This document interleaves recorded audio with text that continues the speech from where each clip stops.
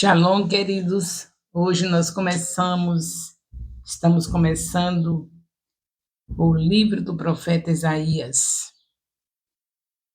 Pela graça de Deus, já estamos metade, né? Quase metade.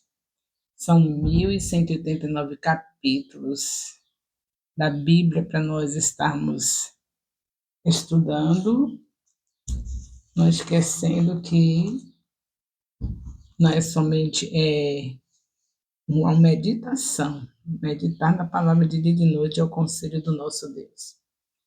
Então, capítulo 1 de Isaías, o Senhor Deus revela ao profeta que o seu povo, Israel, não consegue compreendê-lo. O profeta recebeu essa comunicação de Deus, de que o povo de Deus não conseguia compreendê-lo.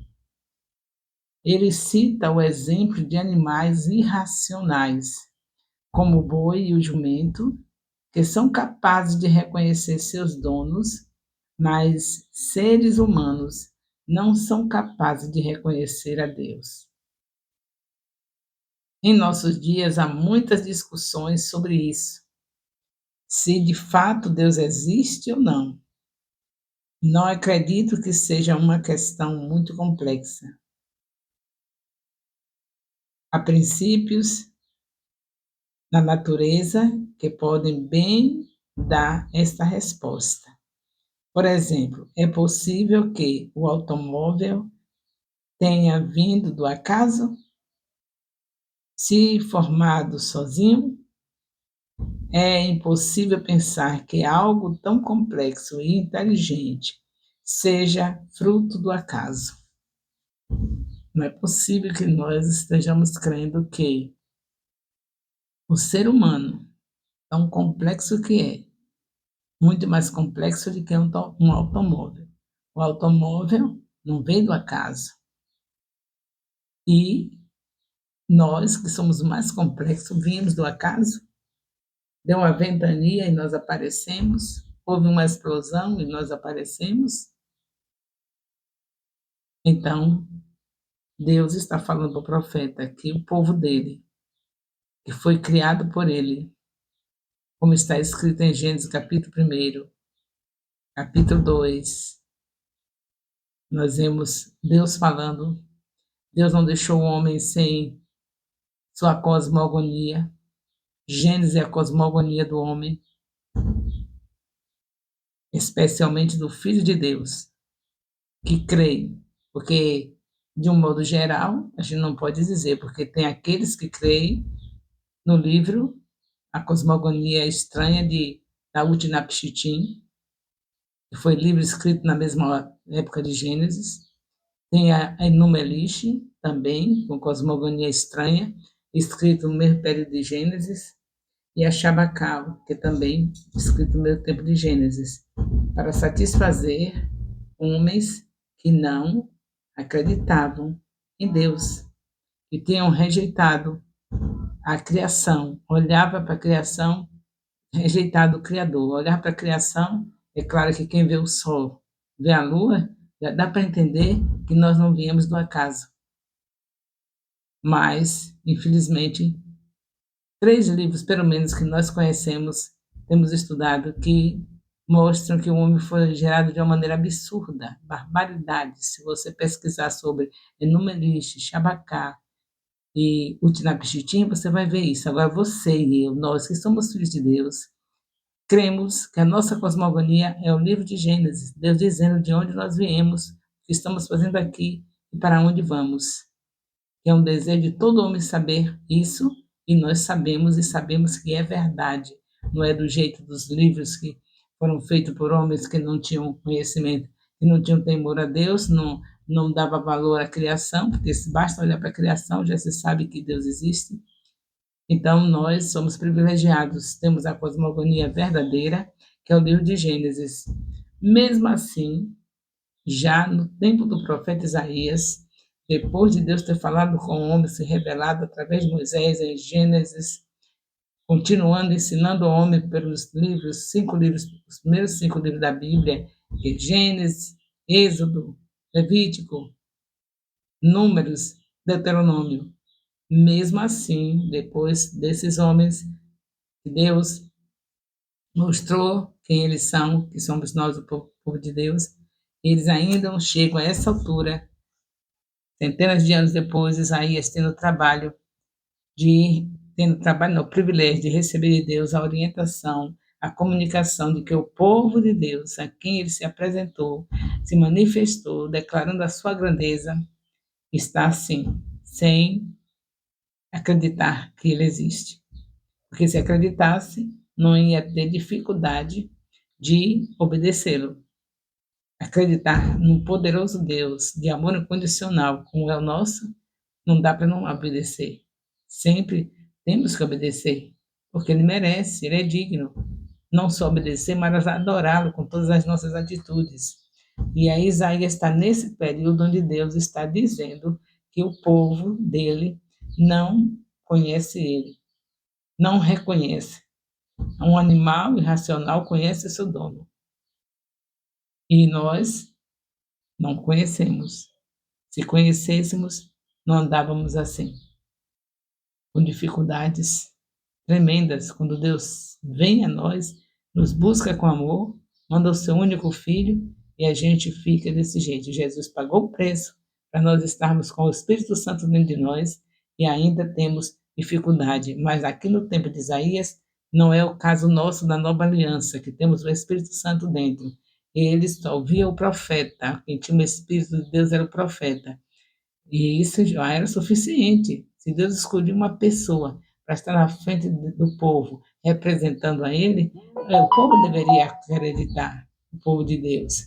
Mas, infelizmente, chega a esse ponto de ele dizer para o profeta que o povo não conhece a ele, não quer saber dele. É muito triste essa situação. É exatamente esse raciocínio que o Senhor utiliza nesse texto. Se os animais domésticos conhecem, conseguem compreender seus senhores, por que o povo de Deus não consegue compreendê-lo? O Senhor continua apresentando os pecados do povo e, em meio a isso, ele ordena que eles suspendam os cultos e as celebrações. É brincadeira uma coisa dessa? O Senhor continua apresentando os pecados do povo. Fala que o povo não conhece, e a razão pela qual não conhece, porque o procedimento demonstra isso. E Deus sonda os corações e sabe que o povo tinha totalmente esquecido, não queria nem saber, vivendo sua vida pecaminosa, sua carnalidade e mais nada. Aí Deus manda suspender os cultos, as celebrações. E por que o motivo de fazer isso? O Senhor Deus as considera cansativa, hipócritas, cheias de impiedade. Qualquer celebração feita sem obediência a Deus é somente cansativo. Ele não quer nem saber, ele não considera, ele não recebe. Só tem, só tem como a gente entregar para Deus as nossas celebrações se nós estivermos fazendo isso com obediência à sua palavra. É isso que Deus está falando. E vocês viram há pouco tempo, alguns meses passados, talvez quando você estiver nesse estudo, já tenha meses que se passou, mas no momento que eu estou fazendo está recente, eu falei que ninguém iria para o encontro, trabalhar no encontro Peniel, nenhuma encontreira, que foi no caso, nem encontreira nem encontreiro, tanto no encontro dos homens como das mulheres. Nenhum iria para o encontro sem fazer o principal propósito do Senhor, que é ganhar, consolidar, discipular e enviar. Não podia ir sem estudar, sem apresentar o que estudou, sem mostrar o que aprendeu, porque nós estamos nos preparando para estarmos o tempo todo fazendo o que Deus mandou, é ganhar, consolidar, discipular e enviar. Então, há pouco tempo eu fiz isso, e vocês estão vendo isso hoje, como é certo fazer? Olha aqui Deus rejeitando as celebrações, tudo que o povo fazia, uma hipocrisia total, porque não obedecia ao Senhor, não reconhecia o amor dele, a bondade dele. A essa altura aqui, você sabe que já havia um tabernáculo que foi colocado, ensinado a Moisés para construir um tabernáculo onde Deus descia para estar no Santo dos Santos, e ali o homem era perdoado o pecado através da pessoa do sacerdote, do animal que era morto diariamente, para que os homens não morressem, porque quem peca morre, e um bichinho morria no lugar. E isso tudo não foi suficiente para o povo de Deus ter temor a Ele, amá-lo e ver que o seu amor é realmente condicional. E aí nós vemos o Senhor tirando tudo, a hipocrisia toda. Ele disse que estava cansado da hipocrisia. E hoje não é diferente. Deus está cansado dos cultos que nós fazemos com mãos levantadas e na frente do povo. Nós, como levitas, vamos para a frente do povo, tanto os pregadores como os que louvam, e vai procurar como é que está o discipulado. Não tem. Como é que a gente pode estar na frente da obra de Deus sem fazer o principal? O principal é ganhar, consolidar, discipular e enviar. A nossa razão de estar no templo, cultuando a Deus, adorando a Deus, a razão principal é adorá-lo, mas se estamos adorando, tem que adorar por atitudes, ganhando as vidas, trazendo ao templo para que elas estejam junto conosco, adorando também.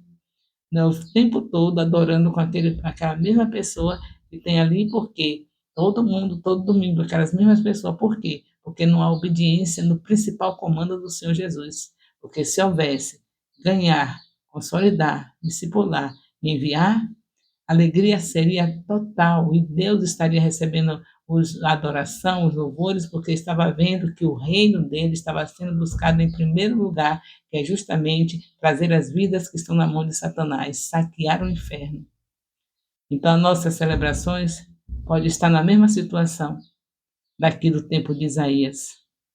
Mas igreja vazia, um grupinho de pessoas que ficam ali se arrumando todas lindas e maravilhosas todo domingo para estarem na frente de um ministério de louvor, que louva poderosamente, e elas ali se deliciando e achando que está abafando, porque estão ali recebendo aquela emoção, né? Aí pronto, se emociona, que maravilha, volta emocionado, pergunte qual foi a pregação, só sabe que foi maravilhosa, mas não sabe nem o que foi dito, e quando chega no dia do discipulado, não tem questionário respondido, não tem assunto estudado, porque se estudasse, tinha respondido o questionário.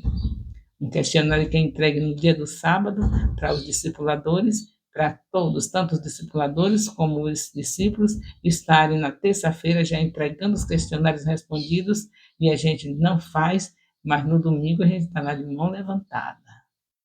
A música é uma coisa maravilhosa. Quem é que não se emociona com música? Só que Deus não se pressiona com música sem o coração estar cheio da palavra. É com o coração cheio da palavra que nós pecamos menos. Porque o salmista fala que se nós temos a palavra escondida no coração, não pecamos contra ele. E é com o coração cheio da palavra que quando a gente abrir a boca não teremos condenação, porque a própria Bíblia diz que as nossas palavras serão motivo de sermos condenados ou absorvidos. Se a gente vive cheio da palavra, naquele grande dia nós somos aquelas que não vamos ter dificuldades, porque Deus vai ver só a palavra dele nos nossos lábios. Mas a gente prefere estar simplesmente na frente do povo, louvando, pregando, somente estudando aquela parte da mensagem que a gente precisava falar para o povo. Quando é uma coisa que devemos meditar de dia e de noite, a gente só faz isso quando vai pregar, e a gente só está na frente para cantar, mas a palavra não está escondida no coração. O motivo é que a igreja continua com as mesmas pessoas. Onde estão as células? Onde estão as células de cada rua, de cada bairro, da cidade inteira? Será que estamos fazendo isso? Então, Deus pode, não estou afirmando, mas pode estar vendo em nós, como igreja, a mesma coisa que estava vendo o povo de Israel. E cansado, pode estar cansado também da hipocrisia E nós estávamos no culto, tudo bem arrumado, dizendo: essa roupa aqui é para a glória de Deus. Comprei esse vestido ontem para vir para o templo. Quando Deus está querendo que as suas vestes sejam de amor pelo seu próximo, arrancar as pessoas da mão de Satanás, saquear o inferno com a palavra poderosa que é o próprio Jesus. E para ter essa palavra poderosa é necessário ter disciplina, é necessário ter autocontrole e ter os dias cumpridos assim. Cada dia, 3 capítulos da Bíblia em nossa casa e no nosso discipulado semanal, o nosso capítulo, para estudarmos. Ainda com a chance de aqueles que não podem estar toda semana junto no presencial, poder fazer tudo em casa e trazer tudo pronto para o dia que se reunir com seus discipuladores. Será que estamos fazendo isso ou estamos iguais aqui à situação de Isaías? Simplesmente unidos e arrumados no domingo, durante a semana, o cumprimento dos princípios bíblicos, que é culto doméstico com nossa família, que é o lugar secreto, cada um da família indo ao seu lugar secreto, como está escrito em Mateus 6,6. Tem isso na nossa vida? Se não tem, podemos nos arrepender, porque tem chance ainda. Tem chance, só é se arrepender. Aquele que se arrepende deixa, alcança a misericórdia. Se arrependa dessa vida religiosa e simplesmente se arrumar no domingo muito linda, muito lindo, todos maravilhosos, e somente isso. Aqui o livro do profeta Isaías, no primeiro capítulo, está falando que o povo fazia isso, estava fazendo isso. E Deus diz que o povo dele não conhece ele, e Deus diz que não aceitava mais aquelas celebrações. Que isso seja motivo de nós nos arrependermos, para não sermos encontrados aqui como o povo de Israel, nesse primeiro capítulo de Isaías, nós estamos vendo. Bem, um chamado à contrição e à retidão.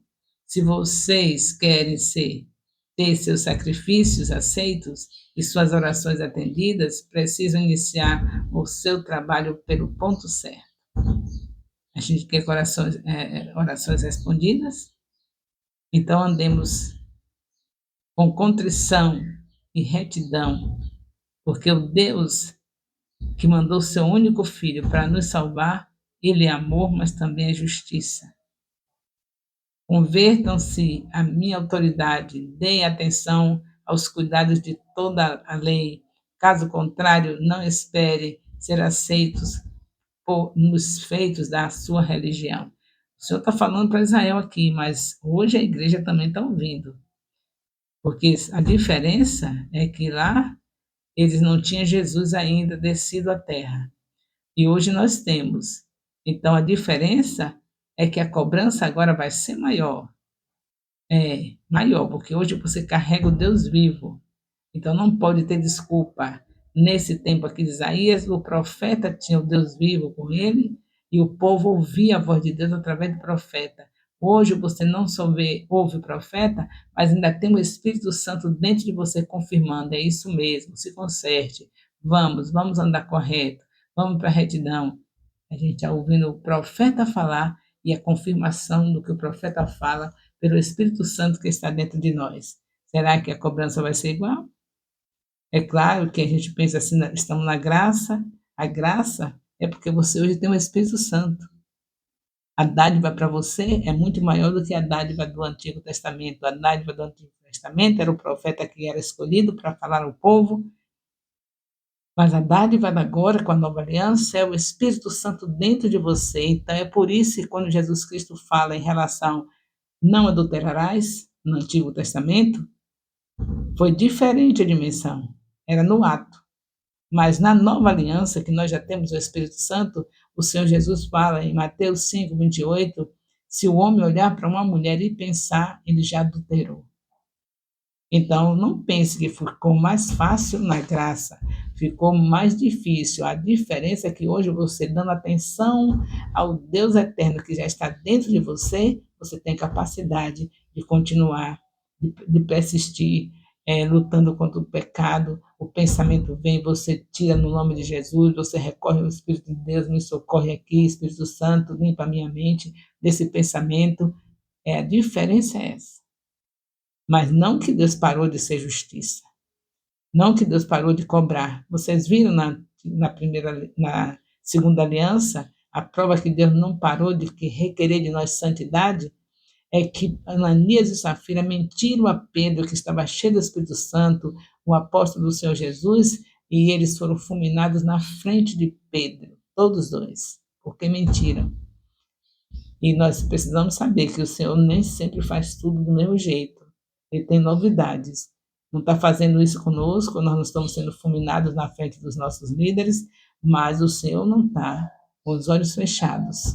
Ele está vendo as nossas atitudes. Então tenhamos cuidado, porque sabemos que o salvo é salvo para sempre, mas também ele apanha até dizer basta se ele não ficar dentro dos princípios do Senhor. Nós temos essa certeza pelo que aconteceu com aquele homem lá de 1 Coríntios, capítulo 5, versículo 5. Eu já repeti várias vezes durante a nossa trajetória. Aquele homem era salvo, mas estava com a mulher do pai. E Deus mandou ele para o inferno? Não. Foi o que aconteceu. Sofreu que só. Foi sofrimento na carne até o dia que saiu da terra. Porque é assim que Paulo diz: entregue esse tal a Satanás para que o corpo seja destruído e o espírito continue salvo. Porque uma vez que você é filho, você vai ser filho sempre. Pai nunca vai deixar de ser pai. Agora também pai nunca vai deixar, o pai que ama, nunca vai deixar de disciplinar os seus filhos. De acordo com o que precisar, ele vai além. Na antiga aliança, o pai disciplinava o filho até onde dizia basta. Quando ele fosse rebelde ao ponto de não obedecer às disciplinas do pai, o pai ia na praça diante dos anciãos de Israel e todo o povo vinha e apedrejava, porque ele dizia: esse meu filho, mesmo ensinando, ele continua rebelde, e o povo todo apedrejava. Agora, nosso Deus é pai, e é o pai que não falha. Os pais da terra podem falhar. Eles faziam isso diante da lei, mas eles também tinham seus erros. Mas o nosso Deus é infalível, é puro e santo. Então, mais direito ainda ele tem para estar disciplinando a gente até dizer basta.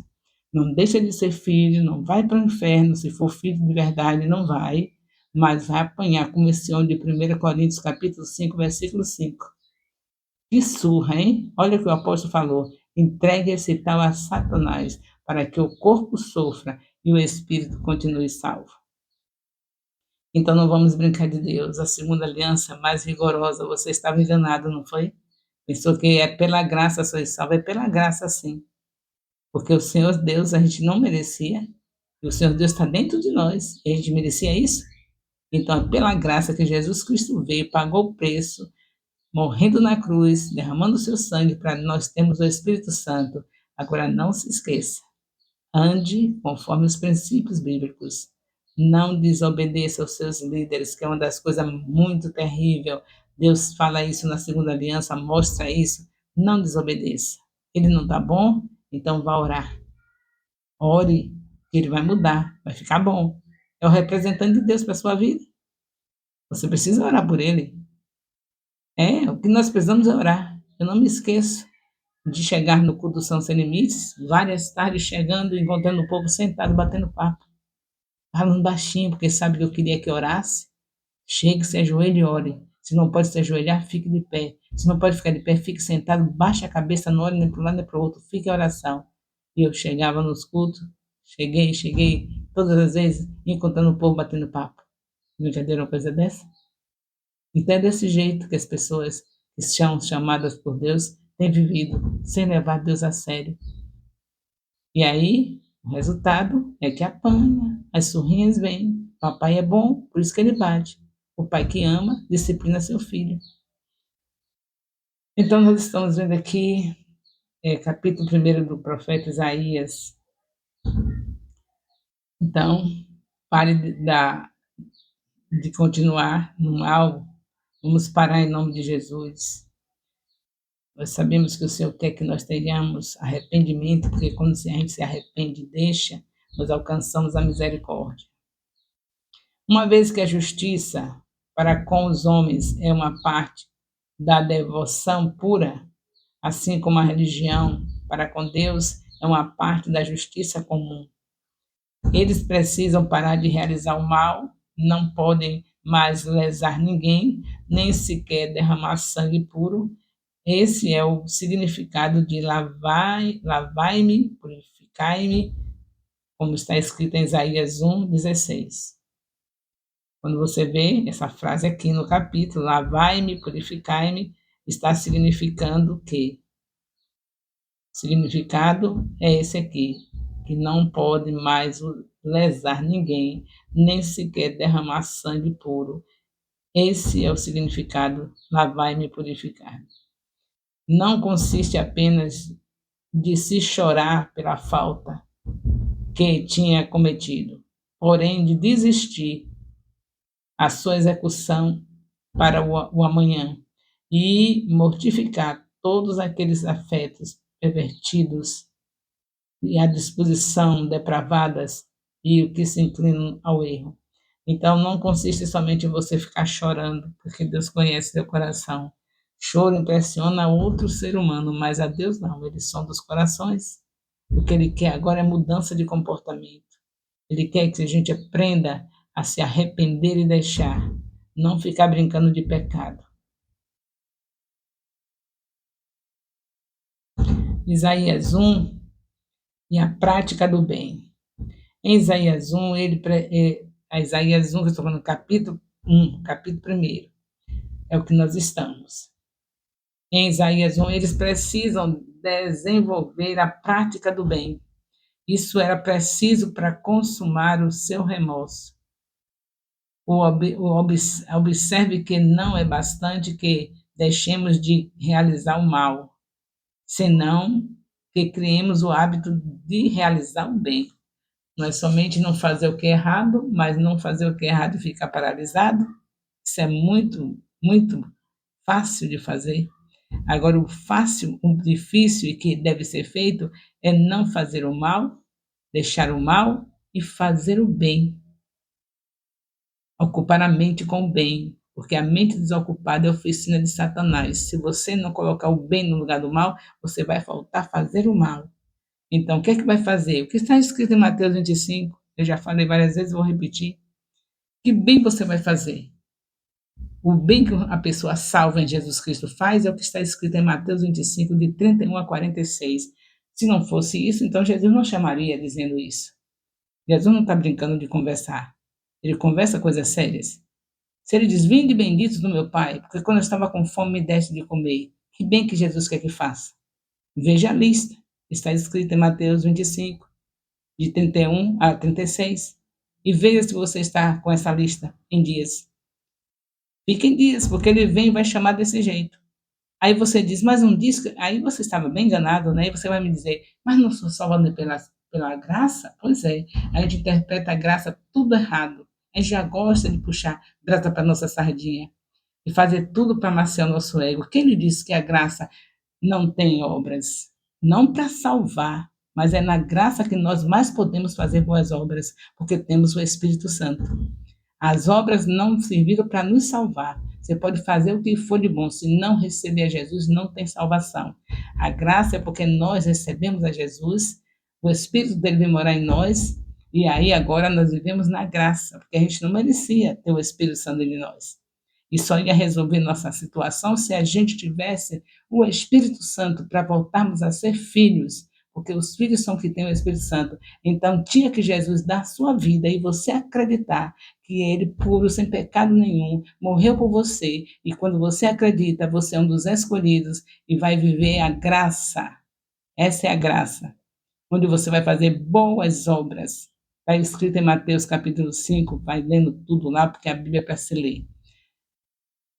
Aí você vai fazer as boas obras para glorificar ao Pai que está nos céus. Não é para se salvar, você já está salvo, já tem um pai. Você sabe que você já tem um pai? Ah, tá, já sabe, né? Então, o que você vai fazer com esse pai que deu seu único filho para salvar a mim e a você? Vai fazer boas obras. E quais são as boas obras? Vai para Mateus 25, de 31 a 46, que você vai ver quais são as boas obras. Aqui em Isaías, estava no tempo da antiga aliança, era também boas obras assim, cuidar dos órfãos, dos pobres, cuidar das viúvas, era boas obras, fazer bem para o próximo, não era diferente não. É sempre boas obras, agora não para ser salvo, para glorificar o nosso Pai que está nos céus. O Senhor, nosso Deus, insiste especialmente com o povo dele nesses exemplos de executar o bem. O Senhor exige isso, insiste nisso. Preocupem-se em serem achados no percurso da sua tarefa. Nós temos que estar nos preocupando tanto, esse povo de Deus aqui em Isaías tem que se preocupar com isso, está sendo achado sempre diante de Deus, quando ele se apresenta a nós, se manifesta, a gente está achando, sendo aquele que está fazendo a tarefa que ele mandou. Não podemos andar descuidadosamente. Temos que fazer tudo que Deus tem nos mandado na palavra, ele nos capacitou pelo seu Espírito. E hoje, para o nosso tempo, para o nosso momento, onde Jesus já está vindo buscar a sua igreja, é acelerar o processo do tirar as almas da mão do diabo. Assim como foi bom alguém te tirar da mão do diabo, eu sou agradecida a Deus, porque com 7 anos me tiraram da mão de Satanás, e agora eu não vou viver a minha vida fazendo a obra de Deus como ele manda, fazendo discípulo, consolidando, ganhando, consolidando, discipulando, enviando. Não tem como não fazer isso, se eu sou salva, se eu reconheço que Deus me salvou. Não sei, eu vivi o tempo todo, como já contei nos outros discipulados, no início, desde maio de 2023, que nós estamos nessa conversa maravilhosa para ver se cada vez mais o Espírito Santo me ajuda a fazer o que eu tenho que fazer. Eu estou dando o exemplo, mostrando que eu gosto de fazer isso porque Deus foi que mandou fazer. Entrar nas invasões, entrar nos lugares marginalizados para ver aquelas vidas que estão rejeitadas da sociedade, arrancá-las da mão do diabo. É isso que nós temos que fazer, é isso que eu tenho feito. As discípulos que andam comigo mais próximas sabem que os lugares que estou passando na idade de 75 anos, dando comida àqueles que estão com fome para poder reconhecerem que Jesus é o pão da vida. É essa obra que temos que fazer. A gente está perdendo tempo com religiosidade, procurando ver qual é o vestido que vai vestir no próximo domingo. Vamos lá na rua para comprar uma roupa, vamos olhar de vitrine em vitrine, de vitrine em vitrine ou de pessoa em pessoa para levá-las para Jesus. Qual é a sua escolha? É de viver de vitrine em vitrine ou de estar de pessoa em pessoa, o colega da faculdade, um por um, colega do trabalho, um por um, a vizinhança, uma por um. É essa nossas vestes, o amor ao nosso próximo. E o principal bem é levá-las até Jesus. Será que nós vamos continuar ainda assim depois de um discipulado, onde temos um capítulo semanal ouvindo Deus falar conosco? E 3 capítulos na nossa casa, se é que estamos obedecendo? Será que nós vamos continuar desse jeito? Pensando que vamos ficar satisfazendo a Deus com a nossa religiosidade? Você está vendo aqui o exemplo de Isaías primeiro, eu creio que você está entendendo que Deus não estava satisfeito com aquela religiosidade do povo, com seus eventos, fazendo suas festanças para Deus, vamos fazer a festa para Deus. Deus é festeiro, deixou muitas festas para o povo de Israel, vocês já estudaram sobre isso, e eles só fazendo festa, mas quando Deus procurava as obras, não tinha. As viúvas desprezadas, os pobres desprezados, e Deus diz: meu povo não me conhece. O animal conhece o seu dono, mas o meu povo não me conhece, ainda não entendeu que eu sou amor. E assim como eu amei e amo o meu povo, ele tem que demonstrar esse amor a cada dia para as pessoas que estão no dia a dia com eles e salvá-los também. Eu creio que nós estamos entendendo, Deus está falando conosco, não é? Que discipulado maravilhoso. Isaías capítulo 1. Vamos continuar próxima semana em nome de Jesus. A cada semana um capítulo e Deus falando aos nossos corações. O amor de Deus, nosso Pai, a graça salvadora do nosso Senhor Jesus Cristo, a comunhão do Espírito Santo, seja com todos os discipuladores e discípulos do Ministério Apostólico Internacional, Filhos de Jerusalém, desde agora e para sempre. Amém.